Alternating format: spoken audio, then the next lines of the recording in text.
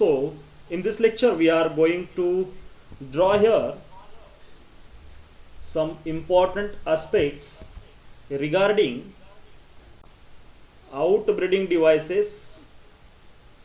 So, you have to mention the heading outbreeding devices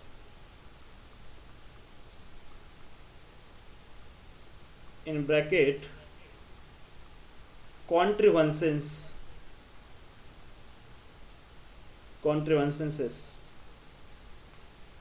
Okay, outbreeding devices or contrivances. So what are the outbreeding devices? So generally बघा बऱ्याचशा प्लांटने स्वतःचं reproduction स्वतःसोबत होण्यापासून थांबवणं म्हणजे self पॉलिनेशनला avoid करायचं काम हे प्लांट करतात. मग सेल्फ पॉलिनेशनला का अवॉइड करायचं? त्याचं कारण आहे की नेहमी नेहमी सेल्फ पॉलिनेशन जर होत राहिलं तर त्यामुळं इव्हॉल्युशन होणार नाही. इव्हॉल्युशन जर झालं नाही तर प्रोजेनी किंवा अस्तित्व त्या स्पेसिसचं धोक्यामध्ये. ही गोष्ट बऱ्याचशा प्लांटच्या लक्षात आली आणि त्यांनी काही मेकॅनिझम डेव्हलप केले की ज्यामुळं सेल्फ पॉलिनेशन जे आहे ते अवॉइड केलं जाऊ शकतं आणि क्रॉस पॉलिनेशनला चान्स दिला जाऊ शकतो. त्यामध्ये पहिला जो आहे outbreeding device which is none other than युनिसेक्सुअलिटी.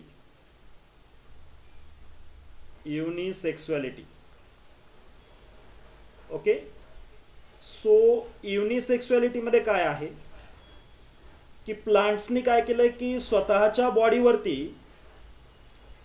एक तर मेल फ्लावर डेव्हलप केलेत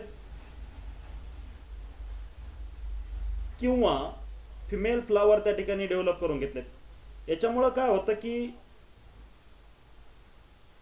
जागच्या जागेवरती होणारं जे काही रिप्रोडक्शन आहे ते स्टॉप होऊन जातं. जसं की या ठिकाणी पहा फक्त मेल फ्लावर या ठिकाणी डेव्हलप झालेला. आता प्लांटनी किंवा फ्लावरनी जरी ठरवलं इथं सेक्सुअल रिप्रोडक्शन करायचं तरी सुद्धा पॉसिबल नाहीये कारण फ्लावर मेल आहे. किंवा यालाच और म्हणून बऱ्याचशा प्लांटने काय केलेलं आहे की स्वतःच्या बॉडीवरती फक्त आणि फक्त फिमेल फ्लावर डेव्हलप केले. आता या ठिकाणी पॉसिबल नाहीये की रिप्रोडक्शन स्वतः बायसेक्सुअल फ्लावर नाही तर स्वतःचं रिप्रोडक्शन स्वतःमध्येच होऊन जाईल. म्हणून काय करावं लागतं की पर्याय नसल्यामुळं एका प्लांटचे पोलन ग्रेन हे दुसऱ्या प्लांटवरती जाऊन पडणं गरजेचंच आहे जर पॉलिनेशन करायचं असेल तर. आणि हे बेस्ट एक्झाम्पल होऊ शकतं क्रॉस पॉलिनेशनचं. Got it? हे क्रॉस पॉलिनेशन होत आहे आणि बेसिकली आपल्याला अशा प्रकारचे एक्झाम्पल हे काही विशेष प्लांटमध्ये पाहायला भेटतात. त्याचं एक्झाम्पल जर आपल्याला या ठिकाणी बघायचं झालं नेमकं कुठल्या प्लांटमध्ये अशा प्रकारचे आउटब्रीडिंग डिव्हाइसेस डेव्हलप केलेले आहेत तर ते प्लांट दुसरे कशाचे नसून मच कॉमन प्लांट आहेत ज्याचं एक्झाम्पल मी नेहमी देत असतो, दॅट इज पपाया. दुसरा आउटब्रीडिंग डिव्हाइस आहे जो प्लांटने स्वतः डेव्हलप करून घेतलेला आहे to avoid the self pollination and lead to the cross pollination. Second one is dichogamy. Dichogamy मध्ये काय केलं जातं, मेल अँड फिमेलची मॅच्युरिटी जी आहे ती डिफरंट लेवलला त्या ठिकाणी केले जाते किंवा डिफरंट वेळेला त्या ठिकाणी मेलला फिमेलला मॅच्युअर केलं जातं. डायकोगॅमी मध्ये बेसिकली जर आपण बघितलं तर पहिला जो टाइप पडतो दॅट इज प्रोटॅन्ड्री. प्रोटॅन्ड्री मध्ये काय तर या ठिकाणी मेल म्हणजे अँड्रोसियमला मॅच्युअर केलं जातं गायनोसियम मॅच्युअर होण्याच्या अगोदरच. त्यामुळं जर एका फ्लावरचा अँड्रोसियम गायनोसियमच्या अगोदरच जर मॅच्युअर झाला तर त्या ठिकाणी गायनोसियमवरती पोलन ग्रेन पडून सुद्धा उपयोग होणार नाही. तर प्रोटेंड्री आपल्याला बऱ्याचशा फ्लावरमध्ये पाहायला भेटते. जसं की खूप कॉमन एक्झाम्पल आहे प्रोटेंड्रीचं, दॅट इज द सनफ्लावर. सनफ्लावरमध्ये आपल्याला प्रोटेंड्री खूप कॉमनली पाहायला मिळते. असाच आउटब्रीडिंग डिव्हाइस पुन्हा प्लांटने सेल्फ पॉलिनेशनला अवॉइड करून क्रॉस पॉलिनेशनला लीड करण्यासाठी डेव्हलप केलेला आहे, तो आहे प्रोटोगायनी. बरेचसे फ्लावर असे आहेत ज्यांच्यामध्ये फिमेल रिप्रोडक्टिव्ह ऑर्गनला म्हणजे गायनोसियमला अगोदरच मॅच्युअर केलं जातं, अँड्रोसियम मॅच्युअर होण्याच्या अगोदर. म्हणजे काय होईल की अँड्रोसियम मधून स्वतःच्या फ्लावर मधले पोलन ग्रेनच बाहेर पडणार नाही, तोपर्यंत दुसऱ्या फ्लावर मधून किंवा दुसऱ्या प्लांटच्या फ्लावर मधून त्या ठिकाणी पोलन ग्रेन येतील आणि या स्टिग्मावरती पोहोचतील, गायनोसियम पर्यंत पोहोचतील आणि क्रॉस पॉलिनेशन होईल. याचं बेस्ट एक्झाम्पल जर घ्यायचं झालं, it is none other than Gloriosa. Gloriosa मध्ये आपल्याला ही कंडिशन पाहायला मिळते. देन तिसरा आउट ब्रीडिंग डिव्हाइस आहे दॅट इज प्रीपोटेन्सी. प्रीपोटेन्सी मध्ये काय केलं जातं याची मी तुम्हाला डायग्राम काढेल आणि डायग्राम मध्ये एक्सप्लेन करेल. प्रीपोटेन्सी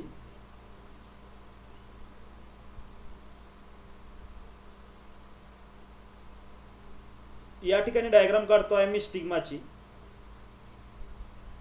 प्रीपोटेन्सी मध्ये स्वतःच्या अगोदर दुसऱ्या पोलन ग्रेनला चान्स दिला जातो. सपोज हा स्टिग्मा आहे, या ठिकाणी ओव्ह्यूल आहेत भरपूर सारे, आणि सायमल्टेनियसली इथं स्वतःच्या प्लांटचा पोलन ग्रेन सुद्धा येऊन पडला त्याच वेळेला, आणि हा ग्रीन कलर मध्ये दाखवलेला दुसऱ्या प्लांटचा पोलन ग्रेन आहे.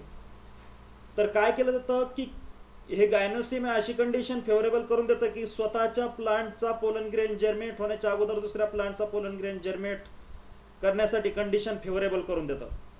दुसऱ्याला चान्स दिला जातो अगोदर स्वतःपेक्षाही. सो अशा प्रकारचं डिव्हाइस जे आहे त्याला प्रीपोटेन्सी म्हणतो. स्वतःच्या पोलन ग्रेनला अवॉइड करून दुसऱ्या पोलन ग्रेनला चान्स दिला जातो लवकरात लवकर जर्मिनेट होण्यासाठी.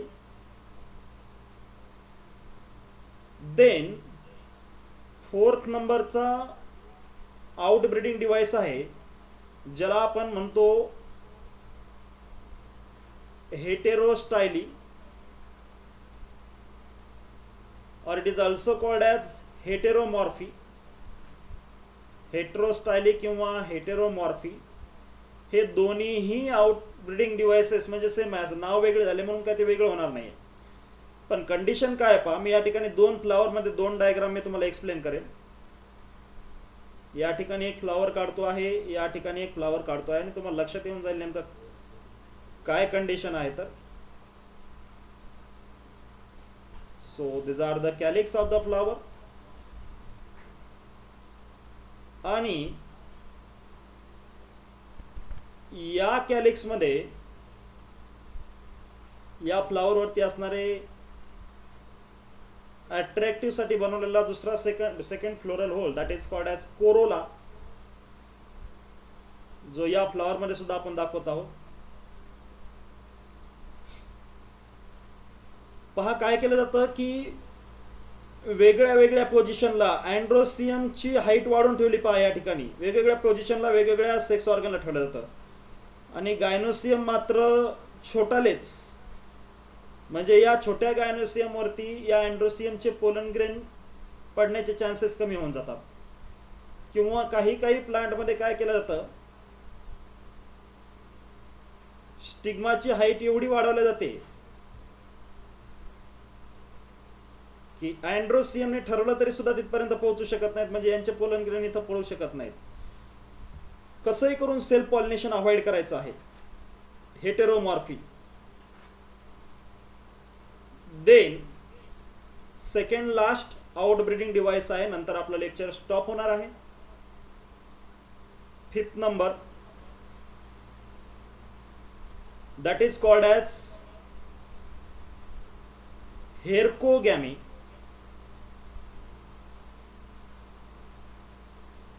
hercogamy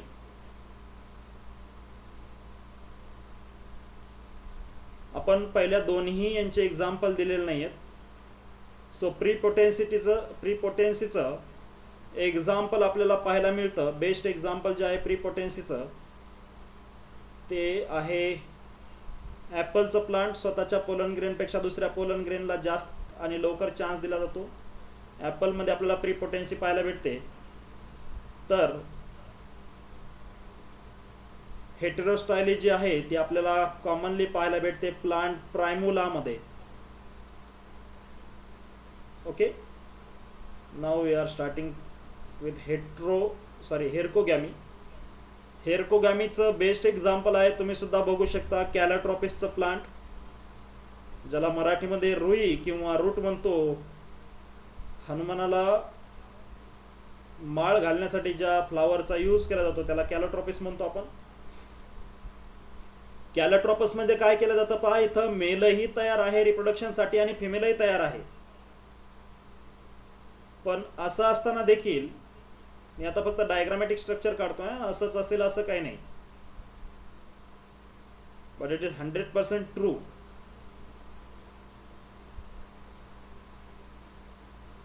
suppose this a flower, आणि या फ्लावर मध्ये सेंटरला कुठेतरी फिमेल आहे आणि साईडला जर मेल असतील तर मेल आणि फिमेलचे पोलन ग्रेन एकमेकांवरती पडतील म्हणून याच्यावरती एक पार्टिशन वॉल तयार केला जातो. दोघांना एकमेकांपासून दूर ठेवण्याचं काम केलं जातं. मेल आणि फिमेलला एकमेकांपासून दूर ठेवण्याचं काम केलं जातं, जेणेकरून हे पोलन ग्रेन जागच्या जागेवर इथंच पडवायला नाही पाहिजे. हा त्याच्या पाठीमागचा उद्देश असतो. म्हणजे या स्टिग्मावरती कुठून तरी दुरून पोलन ग्रेन किंवा दुसऱ्या फ्लावरचे पोलन ग्रेन येऊन पडले पाहिजे, असं त्या ठिकाणी एक पार्टिशन वॉल मुद्दामहून डेव्हलप करून ठेवला जातो या ठिकाणी. So this is found in the plant Calotropis. Partition wall तयार केला जातो मेल फिमेलच्या मध्ये. आणि लास्टचा जो आहे that is self incompatibility. Self incompatibility, or it is also called as self sterility. Pollen grain स्वतःच जर्मिनेट जरी झाले तर त्या ठिकाणी रिप्रोडक्शन करू शकत नाहीत, किंवा फिमेल तरी त्या ठिकाणी स्टराईल असणं किंवा मेल तरी स्टराईल असणं हे बेस्ट एक्झाम्पल आहे सेल्फ इनकम्पॅबिलिटी मध्ये. सेल्फ इनकम्पॅबिलिटीचं बेस्ट एक्झाम्पल जर आपल्याला घ्यायचं झालं तर कॉमन अँड पॉप्युलर प्लांट आहे ज्याचं नाव आहे टोबॅको, किंवा थिया नावाचं सुद्धा प्लांट आहे. यांच्यामध्ये आपल्याला हे पाहायला भेटतं की मेल किंवा फिमेल या स्टराईलच त्या ठिकाणी फ्लावरवरती डेव्हलप केले जातात आणि या प्रकारचं रिप्रोडक्शन आपल्याला त्या ठिकाणी झालेलं पाहायला मिळतं. So this